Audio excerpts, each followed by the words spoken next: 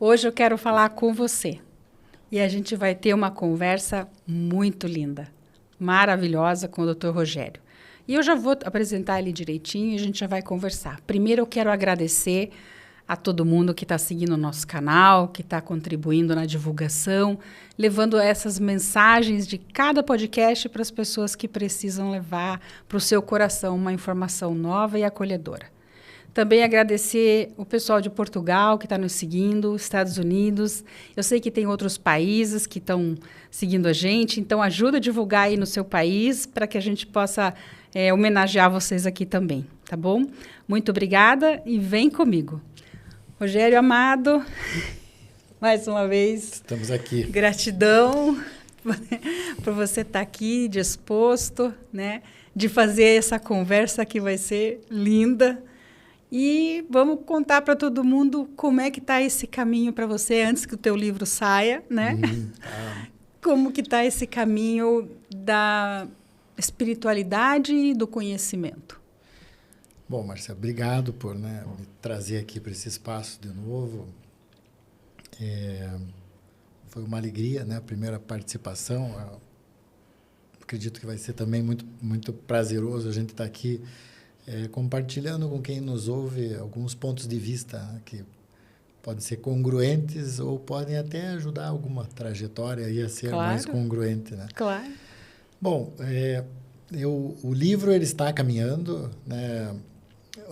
O processo de escrita é muito interessante porque a reflexão e a materialização de um conteúdo, isso realmente te transforma numa outra pessoa. E daí essa outra pessoa, ela faz outras coisas na vida. Sim. Então, escrever um livro, né, não é um processo que ele tem que acabar assim, não é uma coisa que a gente faz para... Obviamente que vai ter uma conclusão, mas Sim. O grande objetivo é o processo da escrita, né?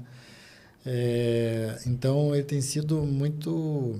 muito revelador, muito intenso. E em breve ele vai estar aí acessível, né, para as pessoas que nos escutam. Com certeza.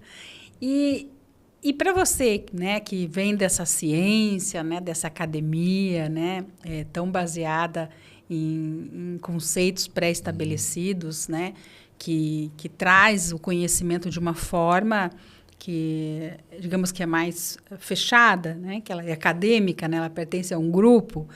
Como que está sendo esse caminho de unir isso, né? Esse conhecimento versus, não como antagônicos, mas espiritualidade? Sim. Eu acho que tem uma...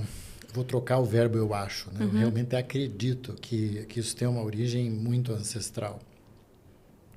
No final das contas, fazer uma pesquisa ou trabalhar com a ciência quer dizer querer saber, né? A ciência, o final da ciência é produzir um conhecimento. O conhecimento do latim é cognoscere. Gnos é Deus, né? A gente tem os gnósticos, os agnósticos, enfim. No final das contas, talvez a divindade esteja no conhecimento. Então, não seja antagônico, né? Provavelmente é até meio pleonástico, né? A gente falar de espiritualidade e ciência junto. Mas, se nós pensarmos, né, qual é a premissa de uma pesquisa, né? A pesquisa tem como função responder uma pergunta. Mas o que você está se perguntando? Né? Há poucos anos, a humanidade se perguntou, né? Toma vacina ou não toma? Esse vírus, ele vai embora ou não vai? Então, as pessoas estão se fazendo perguntas, né? O tempo todo as pessoas estão se fazendo perguntas. E se a gente pensar lá no berço da humanidade, quais eram as perguntas há milênios atrás?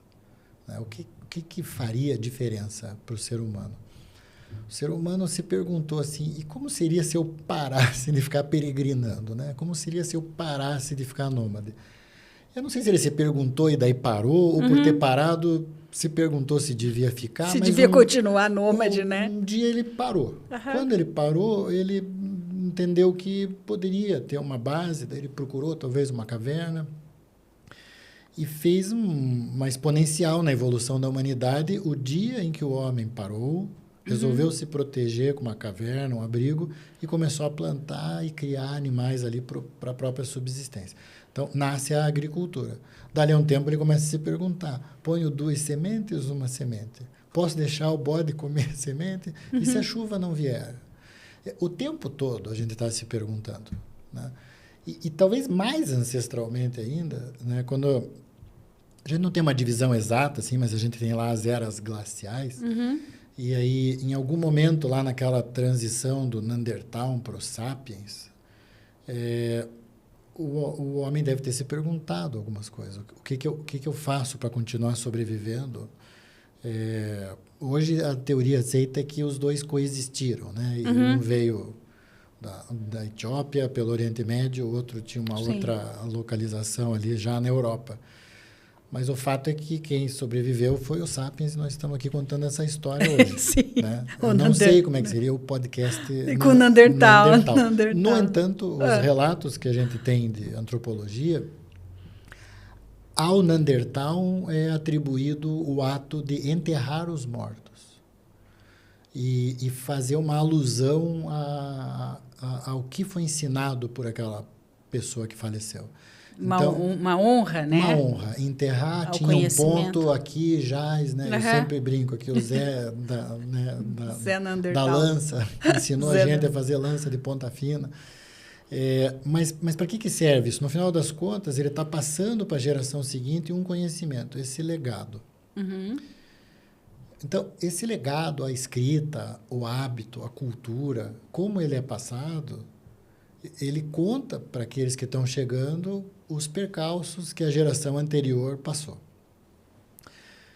A geração anterior provavelmente se perguntou, quando o homem começou a ter consciência da própria existência, difícil determinar isso, né?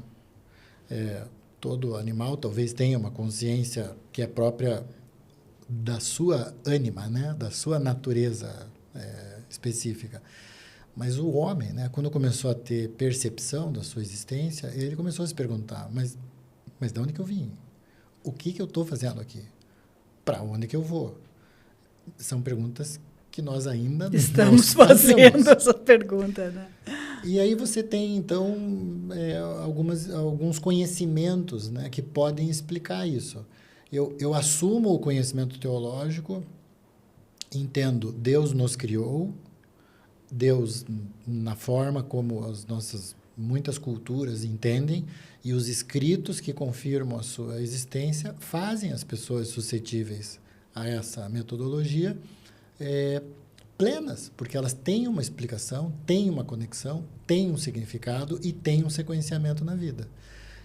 Na sequência disso, a gente tem o nascimento das religiões, que daí promovem, né, instrumentos, né, ferramentas, práticas para essa conexão. Mas ok, eu não consigo explicar a minha existência através do conhecimento teológico. Porque esse é o ponto, né? O mistério da existência, como que eu explico? Deus, a divindade, nos criou. Eu vim dos primatas que me antecederam. Tá, ok. Eles vieram de quem? Eles vieram de um ancestral comum que os antecederam. Que vieram de quem? E aí você tem inúmeras teorias, até a gente chegar lá numa sopa de aminoácido que um dia resolveu se juntar e virar um sistema que era um organismo. Mas e da onde veio tudo isso? Daí veio do Big Bang, e vai indo, e a gente chega. Tem uma frase que é atribuída ao Max Planck,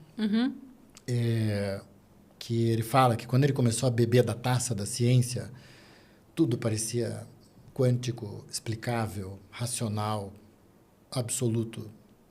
Mas quando ele chegou no fundo da taça, ele percebeu que não tem como isso aqui existir se não tiver uma força maior. Então, você se conectar com uma força maior não requer habilidade nem tampouco experiência, né? Sim. Mas você tem que ter uma suscetibilidade a isso. E isso está incluído na nossa evolução. Porque a gerontologia estuda e as civilizações que tiveram uma crença forte, quanto maior o percentual dessa crença, mais longevas foram essas civilizações. Por quê? Porque daí no dia a dia a pessoa ela entende que uma dificuldade é um desafio, uma provação da divindade, Sim. da natureza, enfim. E principalmente que a pessoa não precisa no sentido de obrigação, mas que é a parte dela se superar, né? Exato. Transpor, não é? Exato. E aí você tem, então, a motivação para lidar com a dificuldade, que é um desafio que muda a tua natureza. E quando você é contemplado pela natureza, é congruente com os percalços que já teve. Mas lá atrás, né? Em algum momento o homem ficou então se perguntando de onde eu venho, na linha do Max Planck ou na linha mais teológica.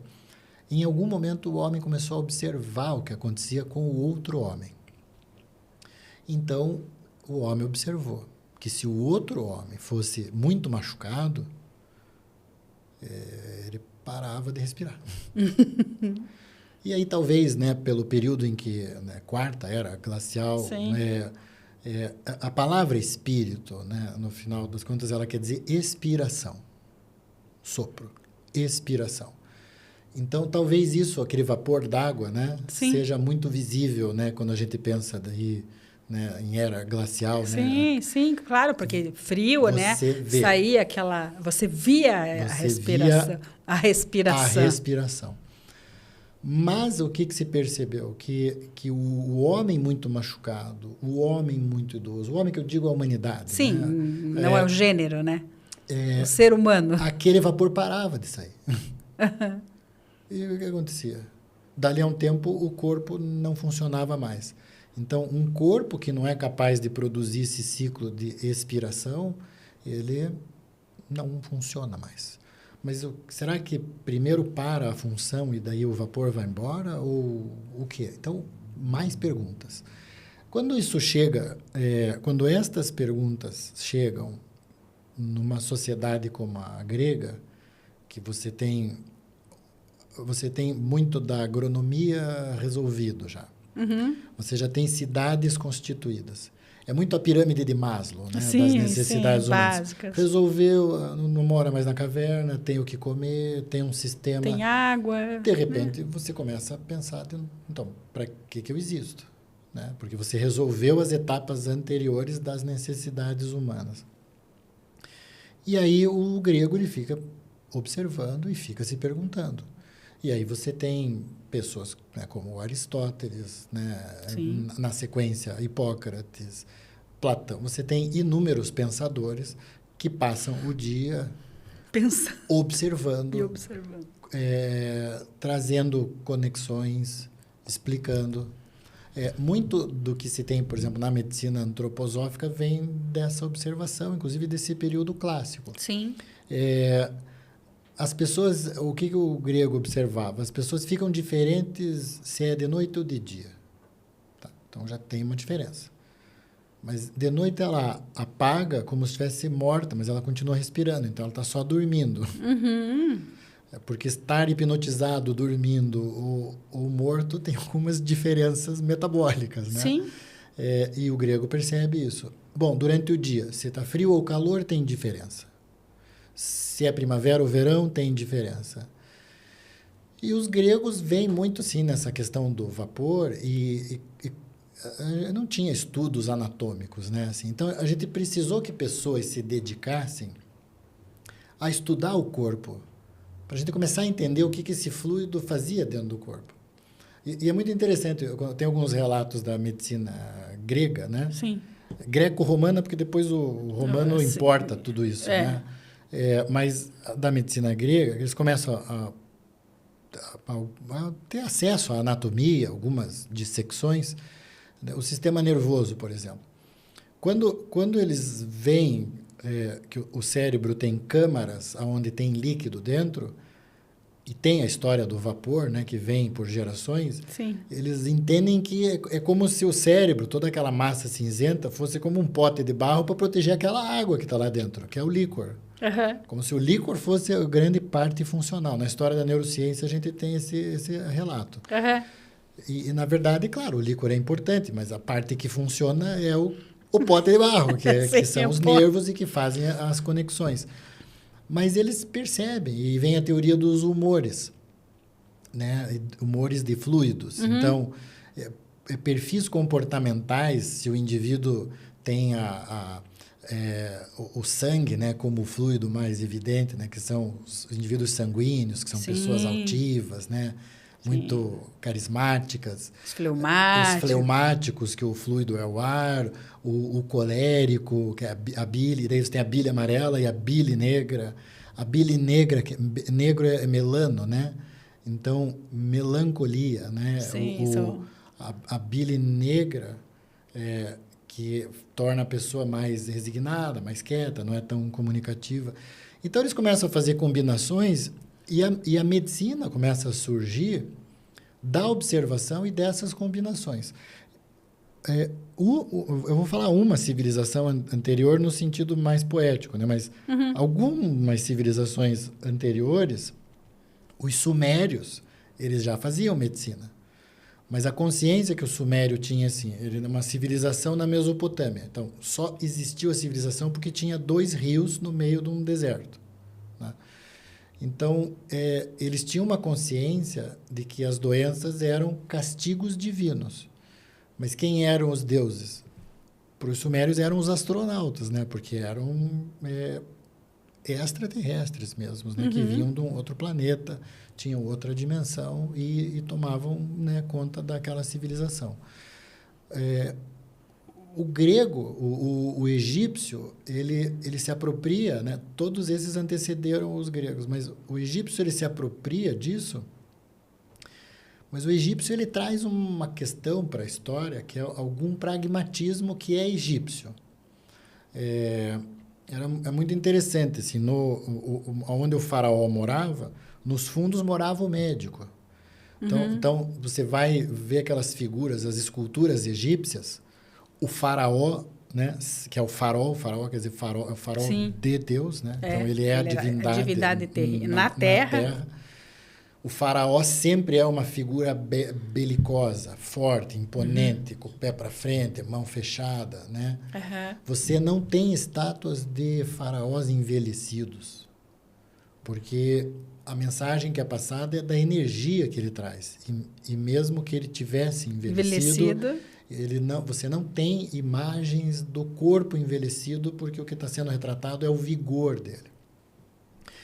Por outro lado, as estátuas que representam os médicos é até muito engraçado, assim, porque normalmente assim, o médico morava nos fundos da casa do faraó e ele estava naquele circuito ali de oferenda, de relação com tantas divindades que existia, né? O Egito era predominantemente politeísta, muito politeísta. Mas o gestor disso era o faraó.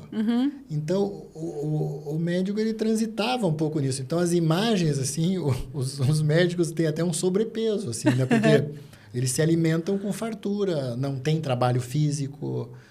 E a mensagem que está se passando é a mensagem de cura, né? De abordagem mais holística dos indivíduos. Por que eu estou falando isso?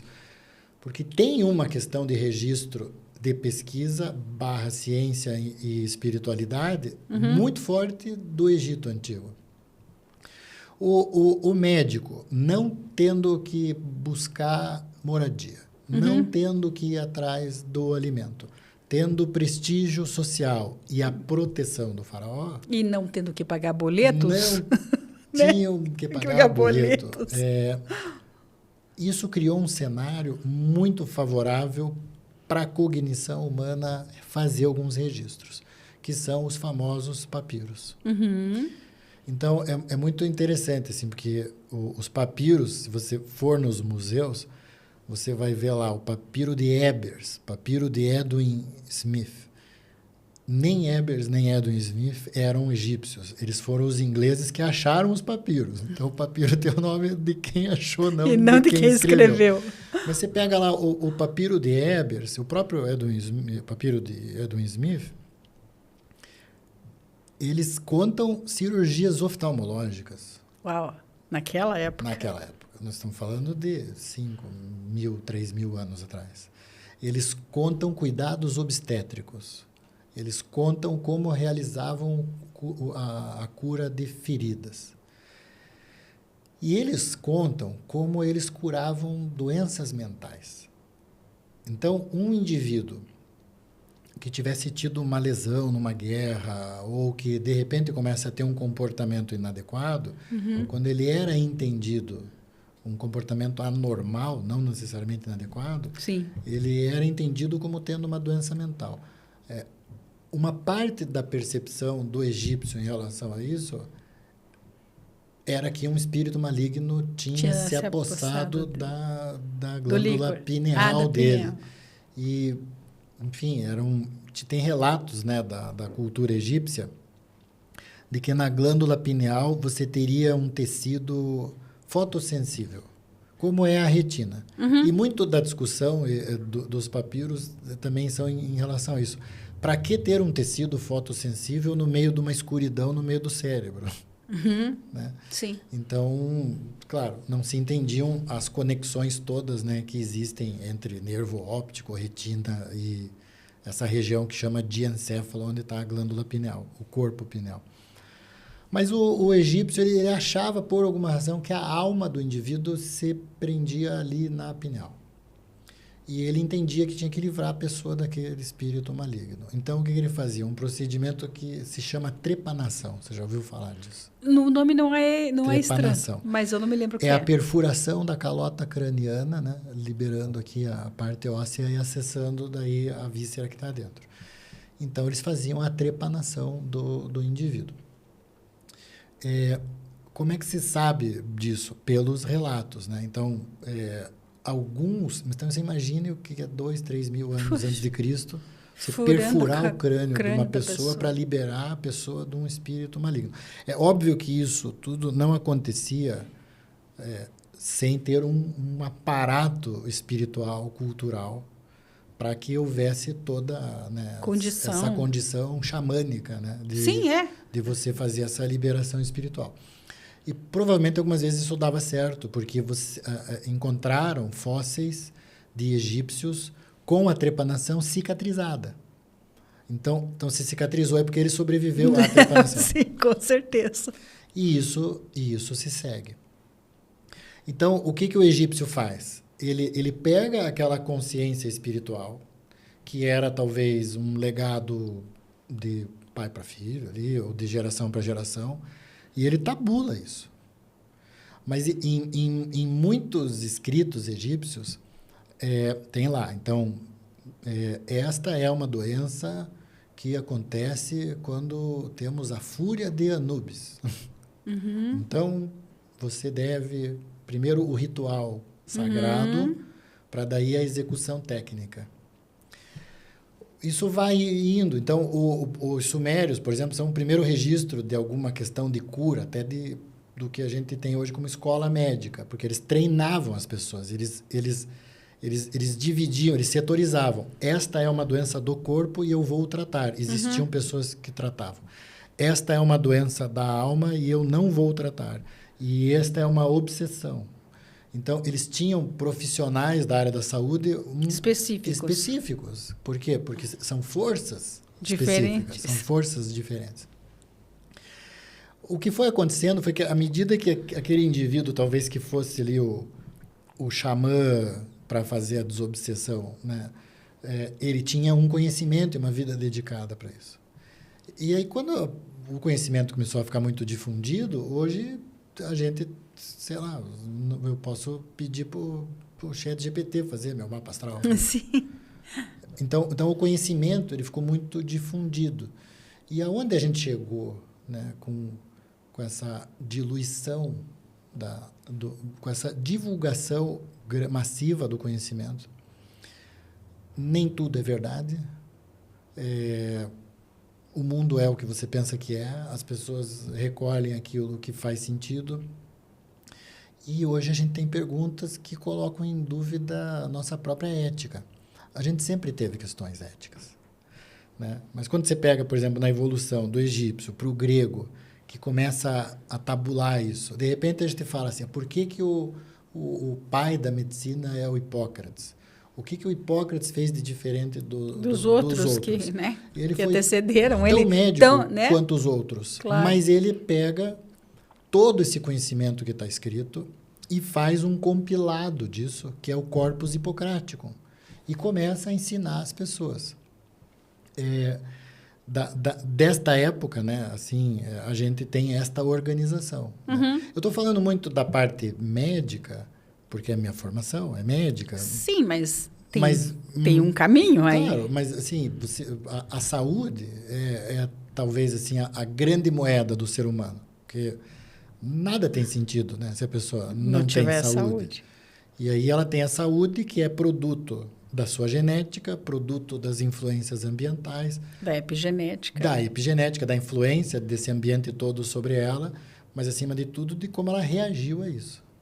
Sim, eu concordo com você. E fazer esses resgates, entende? Porque quando a gente olha para a saúde, para a medicina, ou também para a espiritualidade, a visão, às vezes, é muito míope, né? A gente esquece de olhar um pouquinho mais lá para trás e ver tudo que essas pessoas fizeram, desde o Neandertal até Hipócrates, e aí agora, mais para frente, o que a gente está tentando fazer como sociedade. Sim. Né? Tentando ter saúde. A gente está tentando ter saúde desde o Neandertal.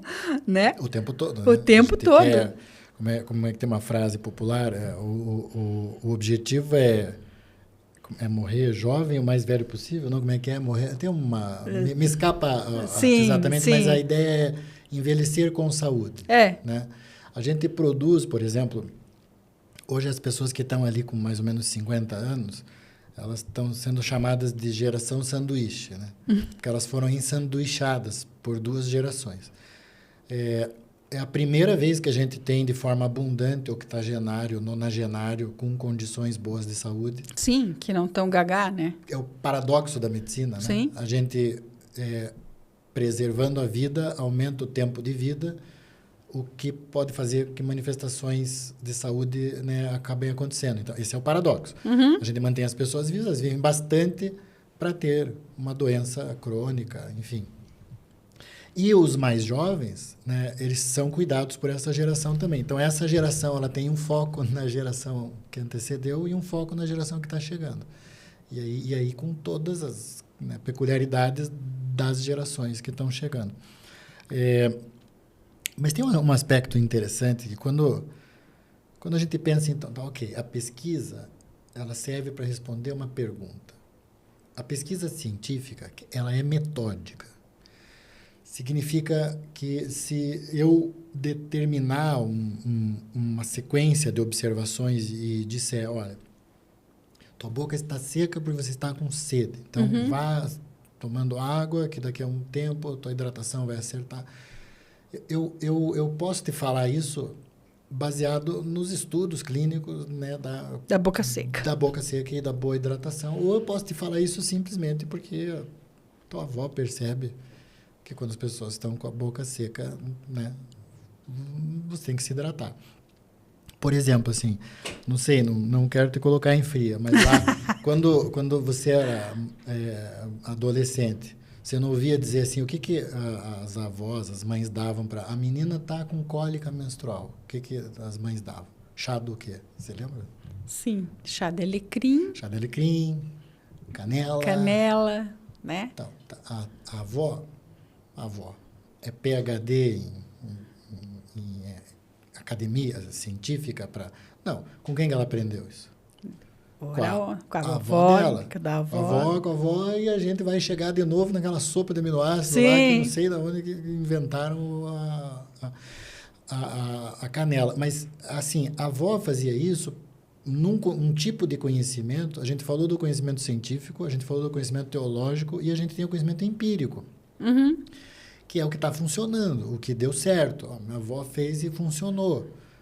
Mas, às vezes, só funciona dentro de um certo cenário. Sim, e depois, assim, quem que ensinou a primeira avó?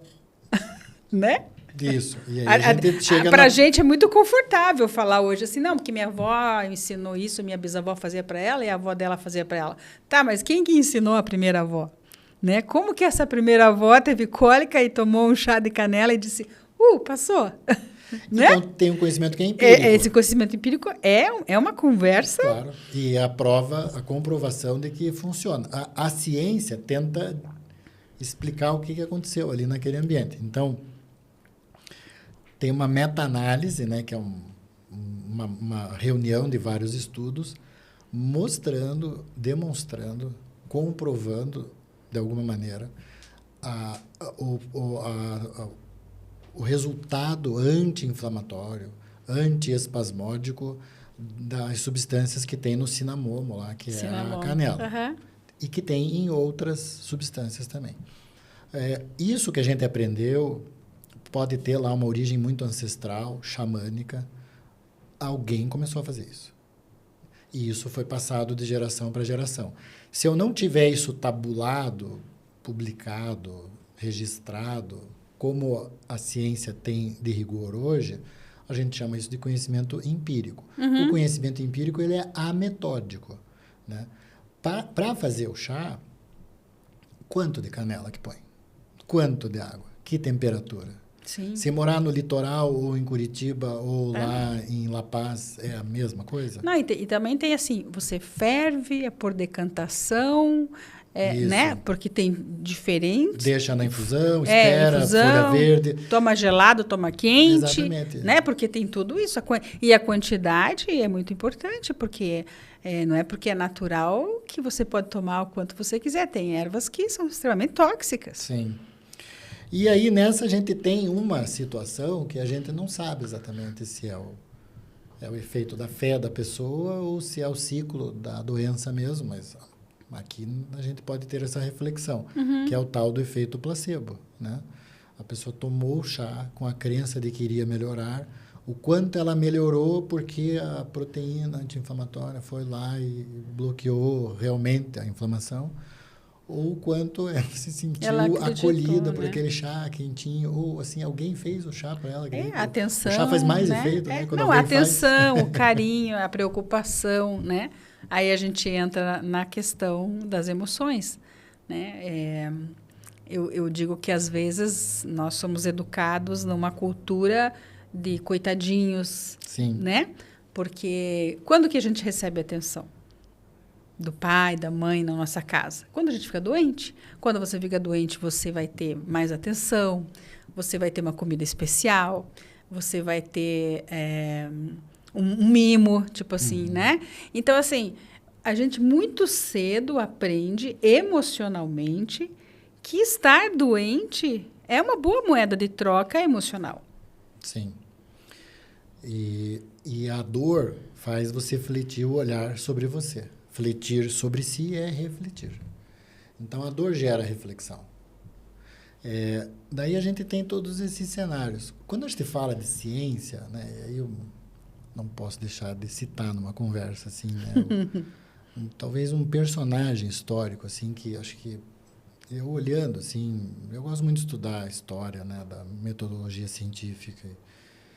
Tem um personagem assim que para mim tem uma importância muito grande, que é o Galileu Galilei, né? Sim. Então, quando a gente fala, né, assim, agora está muito bacana, você viu com essas inteligências artificiais que eles dão vida para a imagem das pessoas, como se elas... Que estivessem... Ele era assim, né? Dá para ter eles pegaram as estátuas também, isso, né? Deram pele, movimento. Né? E você fica pensando, mas será que eu acreditaria numa pessoa assim? Né? Aquele julgamento, né? Como assim? Bom, por que o Galileu foi importante, né? O Galileu tem uma frase famosa que ele fala que a natureza ela está demonstrada na matemática. Então, ele tinha uma habilidade gigantesca de observação e uma habilidade gigantesca de fazer conta. E ele juntou observar com fazer conta. Dentre as outras habilidades que ele tinha, ele criou lá uma luneta. Aonde que ele morava? Ele morava em Veneza, toda a rota comercial passava, né? Veneza e Gênova, e de repente ele começa a ter uma interação produzindo soluções para a sociedade naquela época. Então, ele ser um intelectual e descobrir o porquê de algumas coisas, mas ele transforma em produtos. Então, as pessoas começam a investir dinheiro nele. E nesse momento, ele começa, tendo mais dinheiro, a fazer pesquisas melhores. Tem um relato disso, de que o comércio chegava pelo navegador. Então, ele ficava, né, as casas dos comerciantes, normalmente, elas tinham 3 andares. Sim. E ele ficava no andar superior com a luneta, olhando. Está chegando um barco inimigo. As pessoas se defendiam e o inimigo não pegava de surpresa. Está chegando um navio mercante. Opa, tá onde que é? Via lá. E ele sabia fazer conta. Então, ele fazia lá as trigonometria dele lá e ele, olha, com esse vento, com essa distância que eu estou vendo na luneta, eles estão aqui em tantos dias. Essa era uma informação muito privilegiada para os comerciantes. Era a IA da época. Era a IA da época. Sim, ele tá. Não, e isso, no conceito, isso era um metaverso. Porque o universo que eu posso ver hoje é o meu universo. Além do universo que eu posso ver, é um metaverso. Quando eu entro no meu carro lá e quero ir para minha casa, daqui de onde a gente está gravando, e ponho no Waze, o Waze está me contando como está o universo a seguir. Então, o princípio do metaverso é ver além do universo que eu estou. O que ele fazia? Ele via o barco, fazia as contas dele, com o vento desse jeito, vão chegar aqui em 3 dias. Essa informação, né, usada, imagino que deve ser usada pelos comerciantes da época. Imagina que você sabe que está chegando um navio com especiarias, iguarias. O que eles provavelmente faziam lá na base? Queima de estoque, tirava o dinheiro de circulação das pessoas comuns, queimava o estoque. Quando o navio chegava, quem que tinha dinheiro? Os comerciantes. Então, eles continuavam a ter. Continuava a comprar e a ter continuava estoque, a comprar. tirando o poder de compra dos outros, né? Exatamente. Mas o Galileu, daí ele tem um momento que ele para de olhar para... Eu vou contar isso de forma poética, porque como minha intuição manda. Ele para de olhar para o barco e começa a olhar para o céu. Sobe um pouquinho a luneta. Daí, quando ele olha para o céu, ele olha para a Lua, e o Aristóteles tinha dito que a Lua era redonda, e ele, olhando com a luneta dele, mas não é redondo. E ele relata lá. Então, você tem ideia o que é alguém inventar alguma coisa que simplesmente contesta Aristóteles? Sim, só o Aristóteles. Ele diz que a Lua não é redonda como... Mas Aristóteles fez isso a olho nu. Sim. Né? O privilégio de olhar para o céu sem luzes da cidade, né? Mas ele disse isso. E aí ele começou a olhar para o sol e começou a... Não, o sol... Espera aí, o sol está lá, é a gente que muda de posição. E daí ele fica olhando para o sol e acompanha o movimento. Não, aquela estrela estava aqui, essa aqui... Não. A Terra não é o centro do universo. Ele começa a observar e ele diz que é o Sol o centro do universo. E o que acontece com ele? Toda aquela prosperidade levou o Galileu a um patamar superior em qualidade de observação e em qualidade de registro. E aí, quando ele registra isso e publiciza, né? Sim. Conta, né?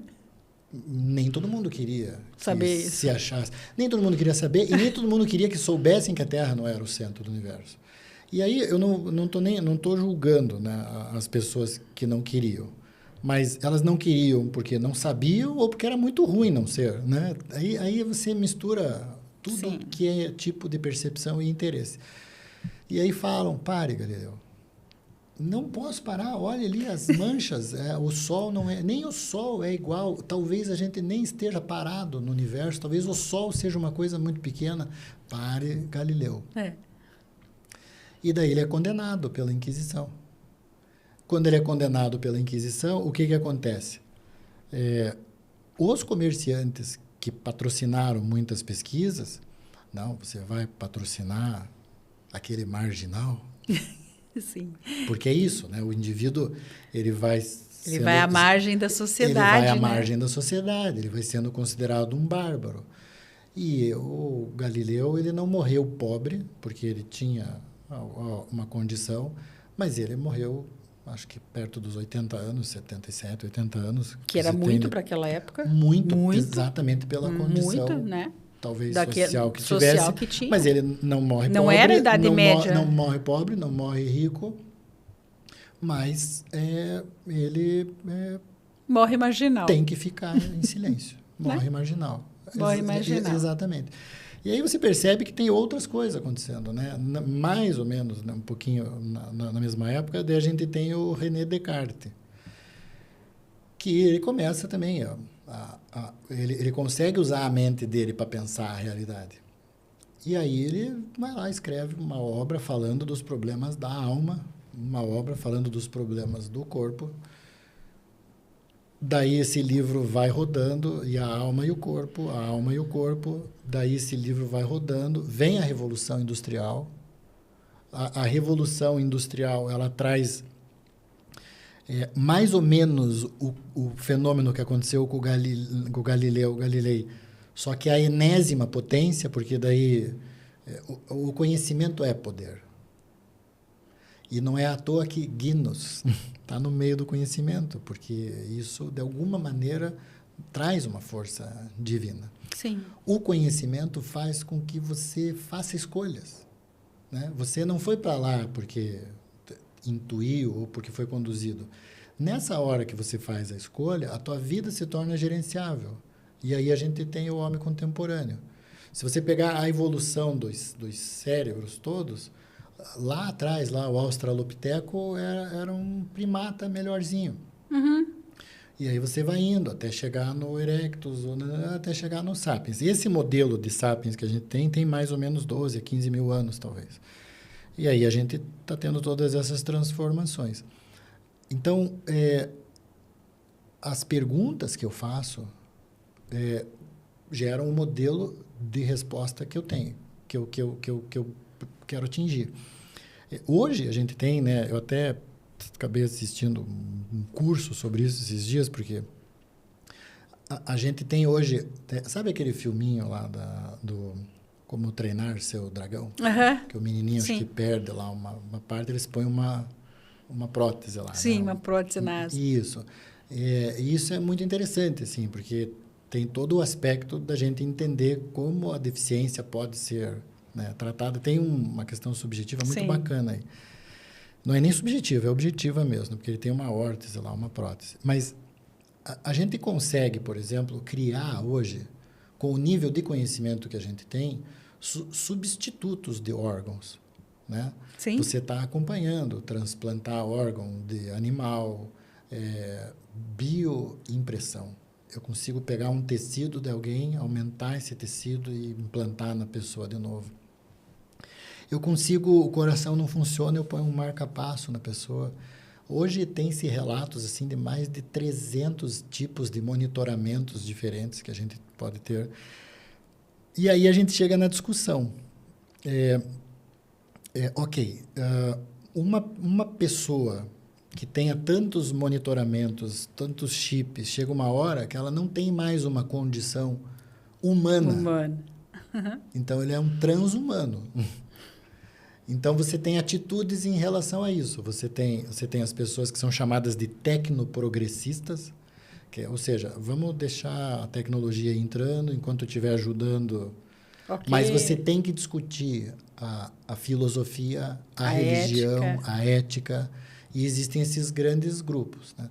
Existem, então, os tecnoprogressistas, existem os transhumanistas, que são as pessoas que entendem que isso vai transformar mesmo. Né? Eu posso, hoje, eu consigo produzir N dispositivos assistivos, né, para as pessoas.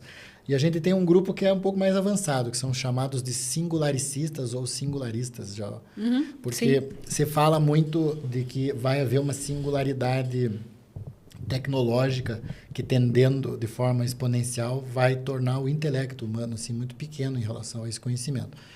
Deve ser o somatório dessas IAs todas. Assim, eles falam desse ano 2045. Uhum. Né? Acho que foi o Kurzweil, que é um diretor da Google.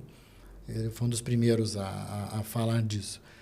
E aí a gente tem de novo, né? O que a gente tinha se a gente pegar agora, para dar aquele gancho todo da nossa fala aqui, lá atrás, quando o homem escutava um vulcão e pensava que ele é o deus do vulcão, o deus do fogo, e ele tinha, por medo disso, ele regulava a atitude dele, o que a gente está fazendo hoje? Então, com medo de como a IA vai ficar, eu não vou nem entrar hoje no DeepSeek. É muito parecido o processo. Sim, não sei se faz sentido assim, essa reflexão. Volta à questão das emoções, né? Porque o homem sempre ele se retrai ou ele avança em cima de uma emoção interna, né?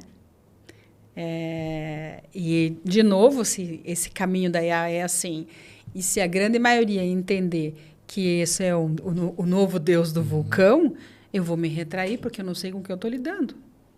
É minha insegurança, são as minhas emoções. E o papel, né? E o papel isso. Dele próprio e o papel de quem que é o sacerdote, né? Lá atrás se achava que o xamã tinha informação privilegiada, né? Porque ele se dedicava, ele entendia. E se o xamã colocasse a folha, curava. Se qualquer um colocasse, não curava. Então, hoje, quem são essas pessoas? Os sacerdotes. Quem que detém, quem que cria a tecnologia, quem que cria diretrizes? Se a gente pensar em toda essa convergência de dados, a gente tem, então, na pesquisa, as mesmas influências que a gente tinha no passado, só que num mundo com 8 bilhões de pessoas. Sim. E outra, né? Até eu ali, né, depois, na Renascença, assim, a ciência era metódico, tinha que ter um relato assim, muito objetivo, né? A cientificidade era um relato descritivo. Hoje eu tenho mecanismos inovadores que agilizaram a perspectiva, né? Não precisa nem a ciência. Há 3, 4 anos atrás, a média para entrar no mercado, uma pesquisa que eu começo a fazer hoje é de 17 anos. Só que o conhecimento dobra a cada 6 meses. Sim, é isso mesmo. Quando eu virar produto, está obsoleto.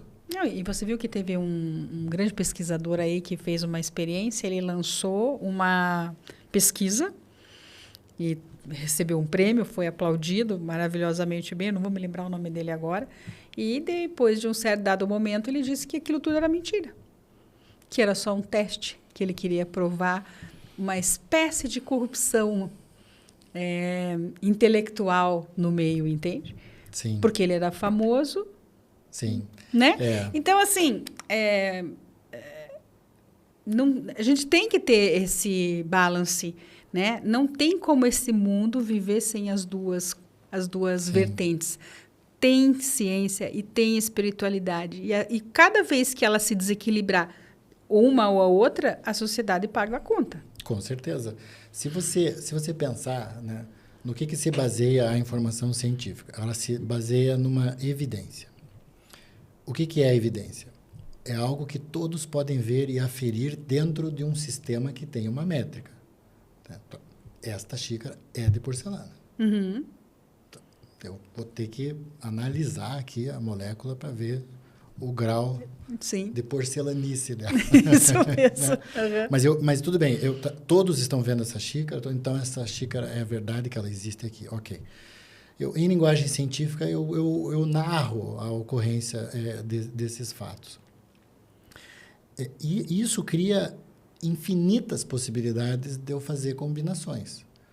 Porque a verdade subjetiva ela pode ir para a teologia, para o empirismo ou, né, para outros caminhos.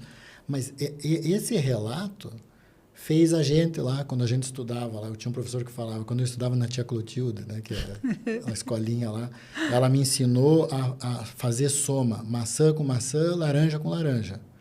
Como no universo maçã é tudo igual, laranja é tudo igual. Hoje, com a questão genética, a gente sabe que existem mais de 750 tipos de maçãs. Então, qual maçã você quer que eu mais de 7 mil tipos de laranjas. E tem um estudo muito interessante, eu lembrei disso porque você falou do estudo. É um grupo que publicou numa revista inglesa, eles provam que maçã é igual a laranja. Porque como que a ciência pensa as coisas? Ok, qual é a forma comparando, né? Qual é a forma da maçã? É esferoide. A forma da laranja esferoide. Então, tem mais ou menos o mesmo formato. Qual é a acidez da maçã? Bom, tem laranja bem docinha, laranja bem azeda. Tem maçã bem docinha, laranja. Então, a acidez média mais ou menos dava a mesma coisa. Aí ele ia fazendo essas contas, no final ele fazia uma tabela e dizia, então maçã é igual a laranja. Que legal. Entendeu? Claro que ele estava fazendo uma crítica a essa forma das pessoas enxergarem a ciência. A ciência ela não é para reduzir uma realidade. A ciência é o contrário, é para abrir um portal de possibilidades do que fazer com essa nova informação.